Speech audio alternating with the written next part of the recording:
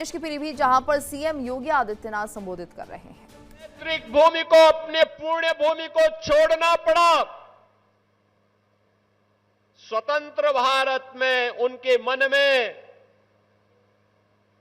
एक अभिलाषा थी कि मुझे जिस आधार पर विभाजन किया गया था उस आधार पर भारत के अंदर शरण मिलेगी, नागरिकता मिलेगी, सम्मान के साथ मैं जीवन यापन कर पाऊंगा। बहन और भाइयों, कांग्रेस ने कभी सुध नहीं ली, लेती भी कैसे। और कांग्रेस के हमरा समाजवादी पार्टी को भी कहां फुर्सत थी, कहां फुर्सत थी,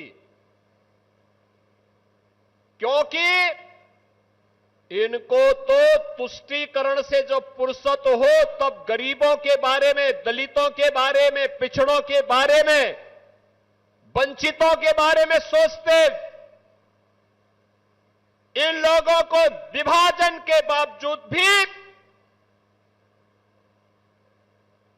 केवल और केवल मुसलमानों की चिंता थी, हिंदुओं की चिंता नहीं थी, सिखों की चिंता नहीं थी, बौद्धों की चिंता नहीं थी, जैनियों की चिंता नहीं थी उनको।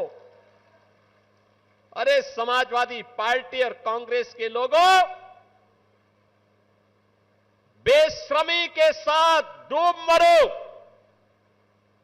जिन लोगों को आज आवासीय पट्टा और उनके जमीन के मूल कागजात उपलब्ध करवाए जा रहे हैं, जिन्हें नागरिकता प्रदान की जा रही है, ये ज्यादातर लोग दलित हैं, वंचित हैं, अति पिछड़ी जाति के हैं। आखिर इनके लिए क्यों आवाज नहीं उठाई? लंबे समय तक शासन किए हो, लेकिन कभी इनके बारे में सोचने की फुर्सत नहीं थी। इन गरीबों के बारे में, इनको पहचान दिलाने के बारे में, यानी इनके लिए देश की कीमत पर राजनीति थी। हिंदू, सिख, बौद्ध और जैनियों के कत्लेआम की कीमत पर सत्ता चाहिए थी इनको। और आज डबल इंजन की सरकार आई, आदरणीय प्रधानमंत्री मोदी जी के नेतृत्व में जब सिटीजनशिप अमेंडमेंट एक्ट आया, लंबे समय के बाद किसी सरकार ने सोचा कि विस्थापित हिंदुओं, बौद्धों, जैनियों, सिखों को भी भारत की नागरिकता मिलनी चाहिए। जो पाकिस्तान से, बांग्लादेश से, अफगानिस्तान से विस्थापित है। आप याद करिए, दिल्ली और देश के विभिन्न राज्यों में लंबे समय तक कांग्रेस ने, समाजवादी पार्टी के लोगों ने आंदोलन किया था। आज जो ये सर्टिफिकेट वितरित हो रहे हैं, इसी के खिलाफ ये लोग आंदोलन कर रहे थे कि नहीं मिलना चाहिए। यानी इनका तो सबसे पहला उद्देश्य ही क्या है कि देश के संसाधन पर विभाजन के बावजूद पहला अधिकार मुसलमान का होना चाहिए, बाकी किसी का अधिकार नहीं होना चाहिए।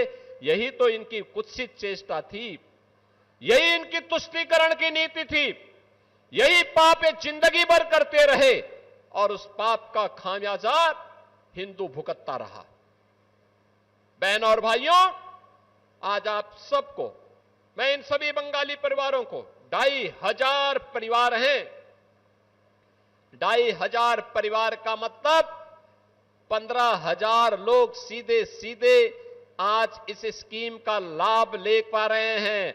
मैं इसके लिए आदरणीय प्रधानमंत्री जी और गृह मंत्री जी के प्रति आभार व्यक्त करता हूं।